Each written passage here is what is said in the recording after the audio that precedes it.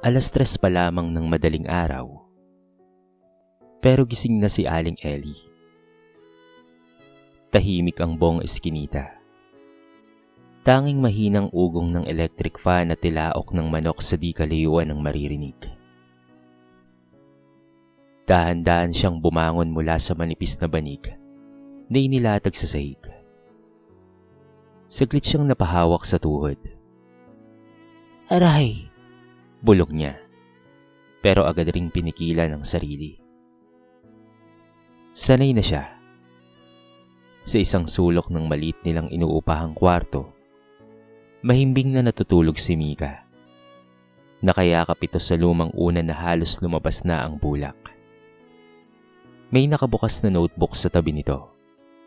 May mga sulat at reviewer sa biology. Ngumiti si Aling Ellie.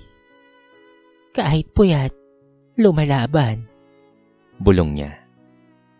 Tahimik siyang nagtimpla ng kape. Walang asukal. Tipid.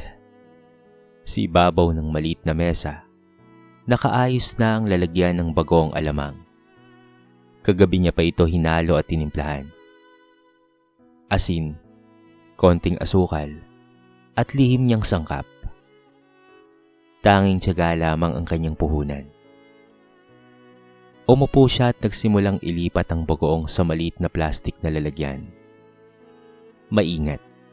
Pantay-pantay dapat ang sukat. Bawat kutsara, may katumbas na halaga. Bawat lalagyan, may katumbas na bigas para sa hapunan. Maya-maya, narinig niya ang mahinang paggalaw. "Lola!" Napalingon siya. Nakatayo na si Mika. Magulo ang buhok at namumungay ang mga mata. "Abay, bakit gising ka na?" tanong ni Aling Ellie. "Sasama po ako mamaya sa palengke. Wala naman po kaming pasok ngayon." Umiling siya. "Magpahinga ka muna, apo. Kagabi ka pa nagre-review." Lumapit si Mika at umupo sa tabi niya. "Lola, masakit na naman po ba ang tuhod niyo?" Hindi sumagot si Aling Ellie. Sa halip, inabot niya ang huling lalagyan na tinakpan niyon. "Sanay na ako, apo." Sagot niya sa wakas. Tahimik silang dalawa sandali. Sa maliit na altar sa gilid ng kwarto, may nakasinding kandila sa harap ng lumang larawan ng asawa ni Aling Ellie. "Samahan mo naman ako ngayon," bulong niya habang tinitingnan ang litrato nito. Maya-maya, tumayo si Mika at kumuha ng tsinelas. "Lola, balang araw, hindi ka nagigising ng ganito kaaga?" Napangiti si Aling Ellie. "Bakit naman, apo?" "Kasi ako na po ang magtatrabaho. Ako naman ang gigising ng 3:00. Bahagyang natawa si Aling Ellie, pero may kirot sa dibdib niya. Ayaw niyang maranasan ni Mika ang pagod, na alam niyang hindi basta-basta nawawala. Lumabas sila ng kwarto habang madilim pa ang langit. Bit-bit ni Aling Ellie ang malaking batya ng bagoong, at si Mika naman ang may hawak ng sako ng asin. Habang naglalakad sa makipot na eskinita papuntang palengke, dama ni Aling Ellie ang malamig na hangin. Ngunit mas ramdam niya ang bigat ng responsibilidad. Hindi lang bagoong ang tinitinda niya. Pangarap ng apo niya ang nakasalalay sa bawat tindang iyon. Pagdating sa pwesto, agad silang naglatag ng mesa. Inayos ang mga batya. Kulay rosas, mapula, at may bahagyang kayumangging timpla ang bagoong. Sa isang tabi, nakasalansa ng maliit na supot ng asin. Unti-unting nagigising ang palengke. May mga nagwawalis, may mga nagbubuhat ng gulay, at may mga nag-aayos ng kanilang mga panindang isda. Habang inaayos ni Mika ang mga paninda, napansin niyang bahagyang naupo si Aling Ellie at napahawak sa dibdib. "Lola?" agad niyang tanong. "Wala to, apo," sagot nito. Pilit nang umiti. "Pagod lang." Pero sa unang sikat ng araw, Habang nagsisimulang dumagsa ang mga mamimili, hindi maalis sa isip ni Mika ang takot. Paano kung dumating ang araw na hindi na kayang bumangon ng lola niya ng ganoong kaaga? At kung mangyari man yon, kaya ba niyang saluhin ang lahat? Maaga pa lang, mainit na ang araw sa bubong ng palengke.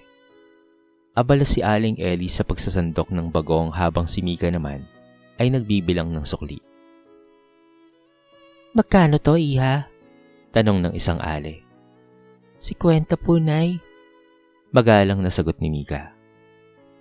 Mabilis siyang mag-compute sa kanyang isip. Sanay na siya. Mula bata pa lang, kabisado na niya ang presyo ng bagoong at pati na rin ang asin kesa sa multiplication table. Ngunit iba ang mundo niya kapag nasa eskwelahan na. Sa loob ng classroom, si Mika ay tahimik. Hindi siya yung maingay o palaging may barkada. Madalas siyang nakaupo sa likod, tahimik na nagsusulat, tahimik na nangangarap. "Anong gusto niyong maging paglaki niyo?" tanong ng guro nila isang araw. May nagsabing flight attendant daw, may nagsabi namang pulis, at may nagsabing vlogger. Nang siya na ang tinawag, tumayo siya at medyo kinabahan. "Nurse po," mahinang sagot niya. "Bakit nurse?" tanong ng guro. Saglit siyang natigilan. Sa isip niya, malinaw ang sagot, pero mahirap sabihin ng hindi naiiyak. "Para po, marunong po akong mag-alaga. Para po, alam ko po ang gagawin ko kapag may merong sakit." Hindi niya idinagdag ang totoo, para hindi na siya matakot kapag nakikita niyang namumutla ang lola niya. Para hindi na siya makaramdam ng kawalan kapag may naririnig siyang salitang high blood o maintenance. Pag uwi niya galing school, dadat na niya si Aling Ellie na nakaupo sa mesa. May hawak na lumang sobre. Tahimik ito, parang merong iniisip. "Lola?" tawag niya. Mabilis na itinago ni Aling Ellie ang laman ng sobre at ngumiti. "Oh, kumain ka na ba?" Umupo si Mika sa tabi niya at napansin ang ilang bariyang nakakalat sa mesa. "Lola, kulang pa po ba?" "Naku, hindi." Mabilis na sagot ni Aling Ellie. "Sapat lang." Pero alam ni Mika ang ibig sabihin ng sapat lang. Ibig nitong sabihin, walang sobra. Ibig sabihin, kailangan ulit magtipid.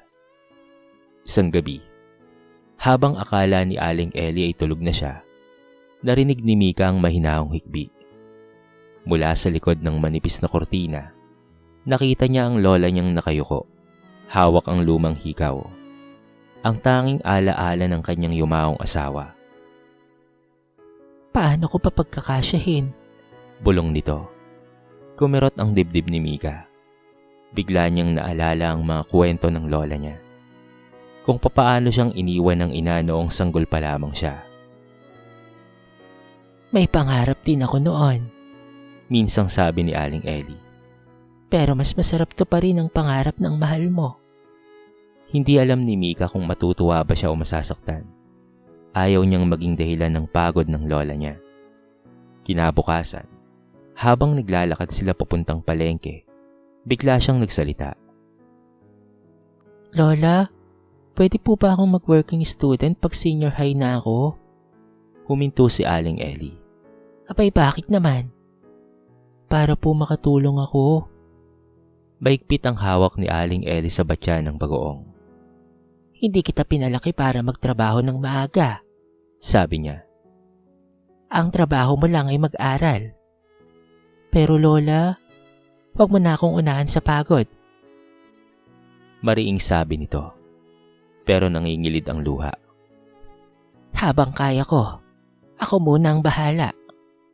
Tahimik na naglakad si Mika. Habang papasok ang unang sinag ng araw sa palengke, may isang bagay na malinaw sa kanya. Hindi siya magiging nurse dahil ang gusto niya. Magiging nurse siya dahil kailangan niya. At balang araw, kapag siya naman ang may suot ng puting uniforme, sisiguraduhin niyang ang lola niya ay hindi na kailangang magising ng 3:00 ng umaga para lamang magtinda. Mainit ang tanghali sa palengke. Puno ng tao ang paligid. May sumisigaw ng presyo ng gulay. May kumakalansing ng timbangan. May amoy ng isda at karne na humahalo sa alat ng bagoong. Lola, maupo muna kayo. Sabi ni Mika nang mapansin niyang pawis na pawis si Aling Ellie. Sandali na lang. Sagot nito habang nagsasandok ng bagoong sa plastic na lalagyan. Marami pang bumibili. Ngunit habang iniabot niya ang sukli sa isang mamimili, biglang nanlabo ang kanyang paningin. Parang umikot ang mundo. Napahawak siya sa gilid ng mesa. Lola! Napalakas ang boses ni Mika. Sa isang iglap, napaupo si Aling Ellie sa monoblock chair. Namutla ang mukha niya. Tubig! Tubig! Sigaw ng isang tinderang katabi nila. Mabilis na lumapit si Mika. Nanginginig ang kamay. Lola, tignan niyo po ako, Lola. Wala to. Mahina naman itong sabi. Nahilo lang ako, Apo. Pero hindi kumbinsido si Mika. Halos mapaluha siya habang pinapahira ng panyo ang noo ng lola niya. Tinulungan sila ng ilang tindera at dinala si Aling Ellie sa pinakamalapit na health center. Sa loob ng maliit na klinika, tahimik na nakahiga si Aling Ellie habang kinukuhanan ng blood pressure. 180/100. Sabi ng nurse na nag-check. Nakakunot ang noo nito. Masyado pong mataas. Parang may malamig na tubig na ibinuhos sa likod ni Mika. Kailangan po niyang uminom ng kanyang maintenance at bawasan ng pagod. Dagdag pa ng nurse. Pwede po bang hindi? Agad na tanong ni Aling Ellie. Pilit na bumabangon. Napatingin sa kanya ang nurse. Pero Lola, kung hindi po kayo magpapahinga, baka mas maging malala ang mangyari. Tahimik lang si Mika sa gilid. Nakayuko, pero bumibigat ang dibdib. Habang papauwi sila, hindi nagsasalita si Aling Ellie. Mas mabagal ang kanyang lakad kesa dati. Lola, magpahinga naman po muna kayo bukas. Mahinang sabi ni Mika. Sino ang magbabantay sa pwesto? Sagot nito kaagad. Ako po, Lola. Huminto si Aling Ellie at tumingin sa kanya. Hindi biro ang palengke, Mika. Pero hindi rin po biro ang kalusugan niyo. Sagot niya. May bahid ng tapang na ngayon lamang niya nailabas. Pagdating sa kwarto, tahimik silang naghapunan. Kaunting tuyo, kaunting kanin. Habang naguhugas si Mika ng plato, palihim siyang nagdesisyon. Kinagabihan, habang tulog si Aling Ellie, binuksan niya ang lumang cellphone. Nag-scroll siya sa social media marketplace. May nakita siyang post. Looking for online seller. Part-time. Kinabukasan, pagpasok sa school, nagtanong siya sa kaklase kung papaanong magbenta online ng ukay-ukay. Madali lang, sabi ng kaklase niya. Picturean mo lang tapos i-post mo. Hindi niya alam kung saan siya kukuha ng puhunan. Pero alam niyang kailangan. Isang linggo ang lumipas. Patuloy pa rin si Aling Ellie sa pagtitinda. Kahit mas mabagal na ang kilos nito. May iniinom na siyang maintenance. Pero minsan, nilalagpasan niya para makatipid. Isang gabi, nadatnan ni Aling Ellie si Mika na nagpipicture ng ilang lumang damit. Ano yan, Apo? Tanong niya. Nagulat si Mika. Wala po, Lola. Lumapit si Aling Ellie at nakita ang mga nakahilerang damit. Magbebenta ka? Tahimik si Mika. Hindi kita pinapayagan. Mariing sabi ng lola niya. Pero Lola, kailangan po. Ang kailangan mo lang ay mag-aral, Apo. Tumulo ang luha ni Mika. Papaano ka na po? Papaano kung mas lalo pa pong lumala ang sakit nyo? Saglit na natahimik si Aling Ellie. Hindi siya sanay na kinukontra siya. Pero sa unang pagkakataon, nakita niya ang takot sa mata ng kanyang apo. Takot na mawalay siya. At doon niya naisip, hindi lang pala siya ang lumalaban para sa pangarap. May dalagitang tahimik ding handang magbuhat ng mundo kung sakaling siya ay bumigay. Hindi naging madali ang mga sumunod na araw, buwan at pati taon. Mas naging tahimik si Mika pagkatapos ng pagtatalo nilang yon. Ginagawa pa rin niya ang mga gawain sa bahay. Tumutulong sa palengke kapag walang pasok. Pero may kung anong bigat sa pagitan nilang dalawa. Isang gabi, habang nagbibilang ng kita si Aling Ellie, napansin niyang mas maayos ang pagkakatupi ng mga supot ng asin at mas pantay ang pagkakalagay ng mga lalagyan ng bagoong. Lola, pwede po ba nating lagyan ng label? Biglang sabi ni Mika. Ano ka mo? Label? Para saan naman yon? Tanong ni Aling Ellie. Para po mas mukha pong maayos. Yung parang may brand. Napangiti si Aling Ellie. Ano ka ba? Bagoong lang to, Mika. At hindi naman to malaking negosyo. Hindi na sumagot pa si Mika. Pero sa isip niya, walang maliit kapag pangarap ang nakataya. Kinabukasan, maagang umalis si Mika papasok sa school. Pagbalik niya sa hapon, nadatnan niyang wala ang lola niya sa kwarto. May iniwang sulat sa mesa. Sandali lang ako, Apo. Kinabahan si Mika. Maya-maya pa, bumukas ang pinto. Pumasok si Aling Ellie. Hawak ang maliit na papel at isang plastik. Lola, saan po kayo galing? Agad na tanong ni Mika. Abay, wala. Sagot nito. Umiwas ng tingin. May nais lang ako, Apo. Habang nagluluto si Aling Ellie ng hapunan, napansin ni Mika na wala na ang hikaw na palaging suot ng lola niya. Ito ang huling alaala ng kanyang lolo. Lola? Mahina niyang tawag. Nasaan po yung hikaw ninyo? Saglit na natigilan si Aling Ellie. Hindi siya kaagad nakasagot. Ipinatabi ko muna. Simpleng sagot niya. Pero alam ni Mika ang ibig sabihin noon. Isinangla. Para po kanino? Wala siyang kaalam-alam na para sa kanya. Biglang uminit ang mga mata ni Mika. Hindi niyo po dapat ginawa yun, Lola. Huminga ng malalim si Aling Ellie. Ano ang hindi ko dapat gawin? Ang hayaan kang huminto sa pag-aaral? Pero alaala po yun ni Lolo. Mas mahalaga ka. Diretso nitong sagot. Tumahimik si Mika. Hindi niya alam kung papaanong sasagutin ng ganoong klaseng pagmamahal. Lumipas ang mga araw at patuloy pa rin ang pagtitinda nila sa palengke. Pero may napansin si Mika. Mas madalas nang mapagod si Aling Ellie. Mas madalas nang umupo. Mas madalas nang mapahawak sa dibdib. Isang umaga, habang inaayos ni Mika ang paninda, may isang babae ang lumapit sa pwesto nila. Nanay, masarap po ang bagoong nyo. Bumili ako last week. Sabi nito. Salamat, Iha. Sagot ni Aling Ellie. Biglang naisip ni Mika ang ideya. Pag-uwi nila, agad siyang naglabas ng papel at lapis. Lola, isip po tayo ng pangalan. Para saan naman yan? Tanong ni Aling Ellie. Pagod pero nakangiti. Para po sa bagoong natin. Napaisip si Aling Ellie. Ano bang ilalagay? Tumingin si Mika sa kanya. Pagkatapos ay ngumiti. Bagoong ni Aling Ellie.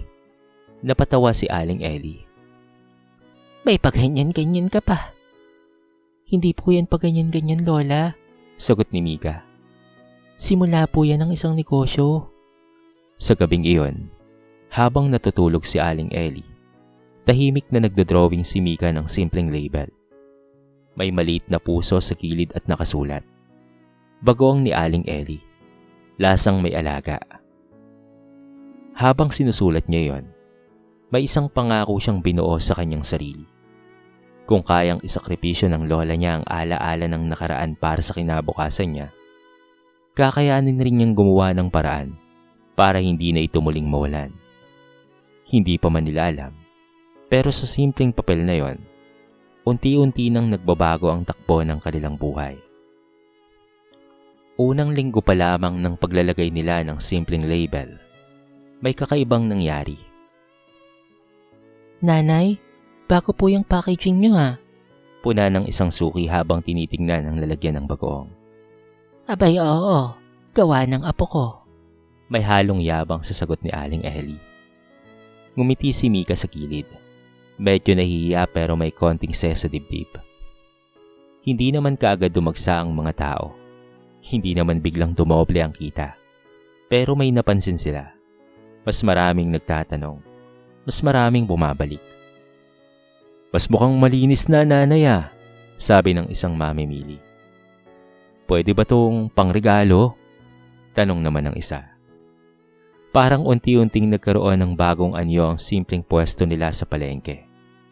Isang hapon, habang abala si Mika sa pag-aayos ng mga lalagyan, may lumapit na babaeng nakaayos ang damit at may hawak na clipboard. Kayo po ba si Aling Ellie? Tanong nito. Opo, bakit po? Sagot ni Aling Ellie. I am from Small Cooperative.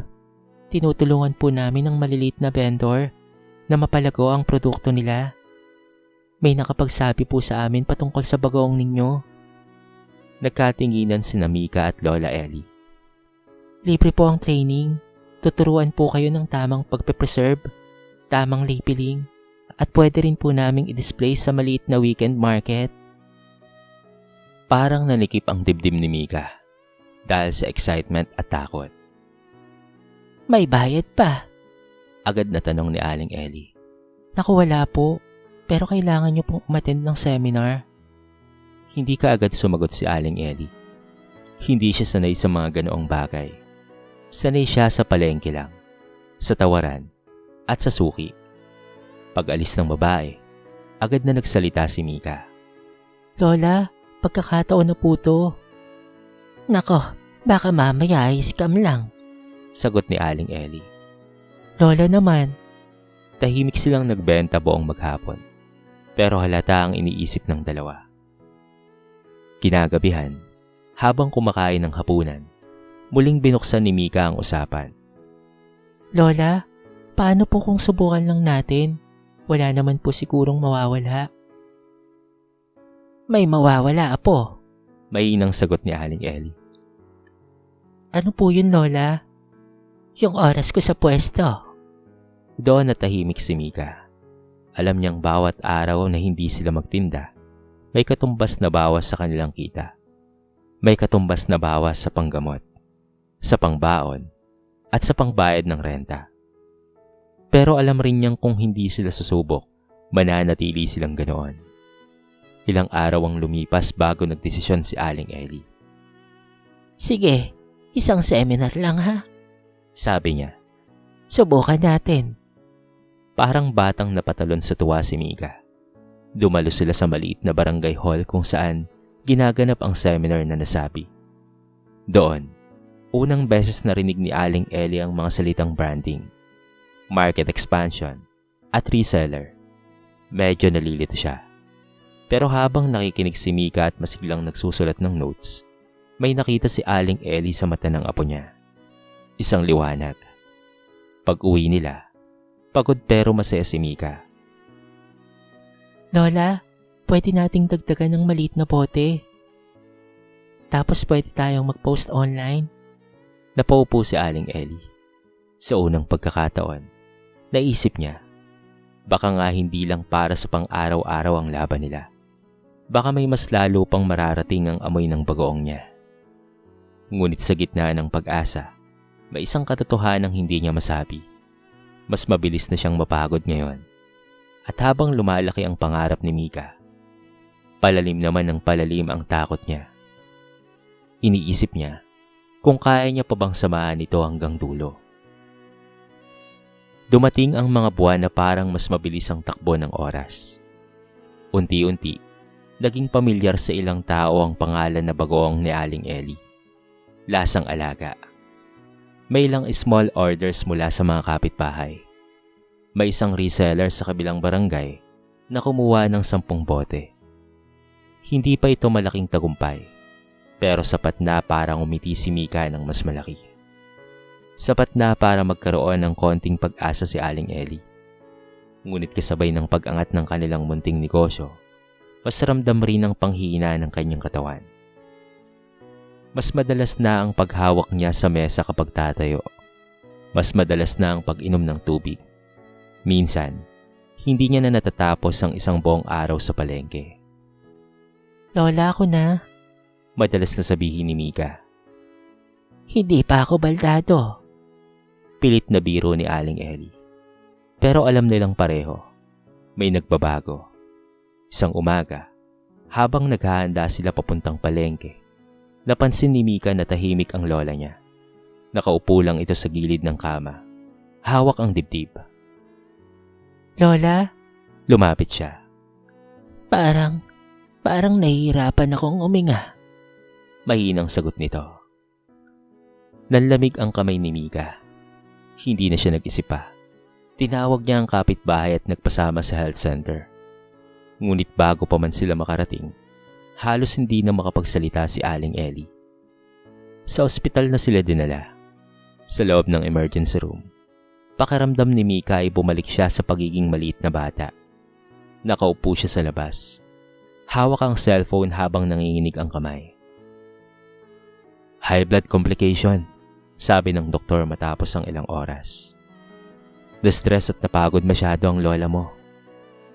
Dok, magiging okay pa po ba siya? Nanginginig na tanong ni Mika. Titignan natin. Kailangan niyang makonfine ng ilang araw. Parang gumuho ang mundo ni Mika. Ilang araw na walang tindahan. Ilang araw na gastos. Ilang araw na hindi niya alam kung saan kukuha ng pambayad. Nang payagan siyang pumasok sa kwarto, nakita niya ang kanyang lolang nakahiga. May dextrose. Maputla pero nakangiti pa rin. Umiiyak ka na naman. Mahina nitong biro. Hindi na napigilan ni Mika ang kanyang luha. Lola, natatakot ako. Kapag may sakit po kayo, pakiramdam ko wala po akong magawa. Tahimik si Aling Ellie. Hinawakan niya ang kamay ng kanyang apo. Hindi mo kailangang may gawin. Sabi niya. Ang kailangan ko lang naman ay nariyan ka sa tabi ko. Umiling si Mika. Lola, kaya ako po gustong maging nurse kasi ayokong maulit ito. Ayokong helpless lang ako palagi. Doon tuluyang napaluha si Aling Ellie. Akala niya, pangarap lang ng dalaga ang pagiging nurse. Hindi niya alam na dahil pala sa takot ang ugat nito. Takot na siya ay mawala. Hindi ako basta-bastang mawawala, apo. Bulong niya. Hindi pa tapos ang laban natin. Sa labas ng bintana ng ospital, papalubog ang araw. Sa unang pagkakataon, naramdaman ni Mika ang bigat ng realidad. Hindi sapat ang sipag. Hindi sapat ang pangarap. May mga bagay na hindi kontrolado ng tao. Tulad na lamang ng pagtanda. Tulad ng sakit. Pero habang hawak niya ang kamay ng lola niya, hanggat may tibok ang pusong iyon, hindi siya susuko. At kung dumating man ang araw na siya na lamang ang lumalaban, sisiguraduhin niyang hindi masasayang ang bawat alas-3 na umaga na ginugugol ng kanyang lola para sa kanya. Lumipas ang ilan pang mga taon. Marami nang nagbago, pero may mga bagay na nanatili. Ang amoy ng bagoong tuwing madaling araw, ang tunog ng plastik na lalagyan kapag sinasara, at ang panalangin sa maliit na altar bago umalis ng bahay. Mas mahina na nga ngayon si Aling Ellie. Hindi niya na kayang magbuhat ng mabibigat na batya. Hindi na rin siya araw-araw sa palengke. Pero tuwing kaya ng katawan niya, nagpupumilit pa rin siyang sumama. Lola, sabi ko naman po sa'yo magpahinga ka na lang. Malambing na sabi ni Mika habang inaayos ang maliit nilang pwesto. Hindi na ito yung dating lumang mesa lang. May maliit ng tarp na ngayon ay malinaw ang nakasulat. Bagoong ni Aling Ellie. Lasang may alaga. May ilang bote na nakadisplay. Mas maayos ang pagkakaayos. May suki na talagang hinahanap ang pangalan nila. Ngunit ang mas malaking pagbabago ay nasa tabi ni Aling Ellie. Nakatayo si Mika. Suot ang puting uniforme. May ID na nakasabit sa leeg. May ngiting hindi na kasing bigat ng dati. Nay, nurse na ho talaga ang apo niyo ah. Biro ng isang kapitbahay na vendor. Ngumiti si Aling Ellie. Ang matay kumikislap. Sinabi ko naman sa inyo, hindi pa. Hindi naging madali ang ilang taon na yon. Nag-working student si Mika sa isang maliit na klinik habang nag-aaral ng nursing. May mga gabi na halos hindi siya makatulog. Duty sa umaga, review sa gabi. Tulong sa negosyo tuwing weekend. May mga pagkakataong gusto niya nang sumuko. Pero tuwing maaalala niya ang lola niyang gigising ng 3:00, bumabangon siya. Graduation day. Sa maliit na covered court, habang tinatawag ang pangalan niya, nanginginig ang tuhod ni Mika. Mika Santos, Bachelor of Science in Nursing. Nagpalakpakan ng mga tao. Sa harap, nakaupo si Aling Ellie sa wheelchair. Mahina na ang katawan. Mas maputi na ang buhok, pero matatag pa rin ang ngiti. Habang tinatanggap ni Mika ang diploma, ang unang hinanap ng mga mata niya ay ang kanyang lola. At doon sa gitna ng ingay ng palakpakan, nagtagpo ang tingin nilang dalawa. Pareho silang umiiyak. Pagkatapos ng programa, lumapit si Mika at lumuhod sa harap ng wheelchair. Lola, sa wakas, nakapagtapos na po ako. Tapos na po. Umiling si Aling Ellie. May luha sa pisngi. Hindi pa apo. Simula pa lamang ito. Humawak si Mika sa kamay ng lola niya. Parehong kamay na matagal ng amoy bagoong, asin at sakripisyo. Hindi na po kayo kikising ng 3:00, sabi ni Mika. Ngumiti si Aling Ellie. Nako, wag mo nang alalahanin yung pagkising ko ng 3:00. Sanay na ako doon, apo.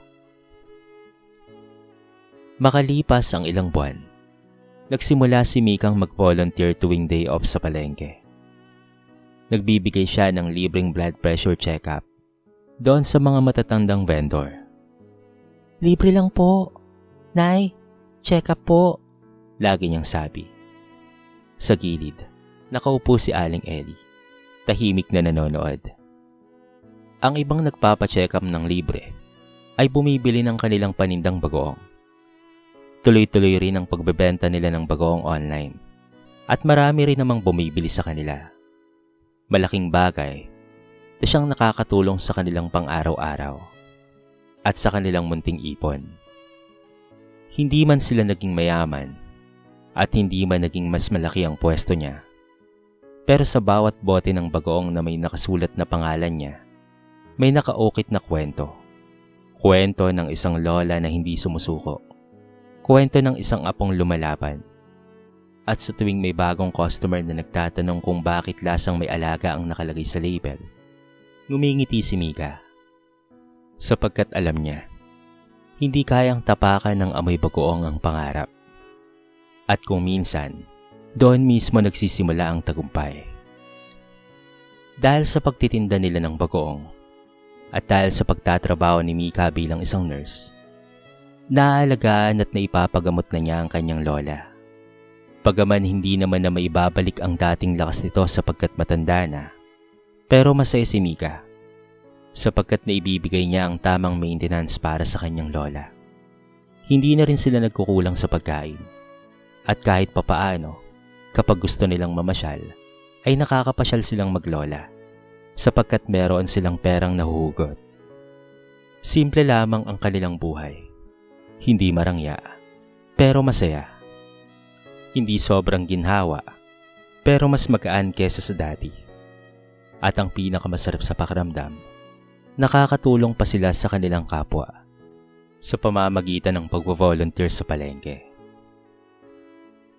Simple lamang ang aral ng kwentong ito.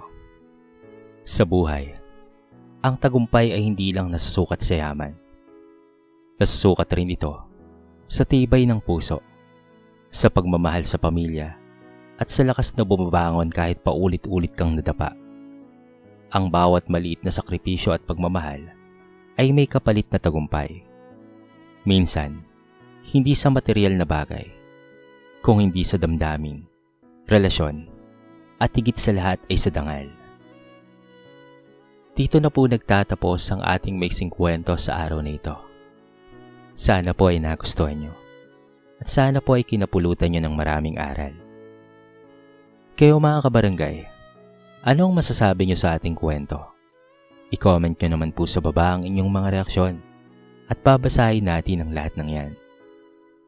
I-comment nyo na rin kung taga saan kayo para naman malaman ko kung hanggang saan nakaabot ang video na ito.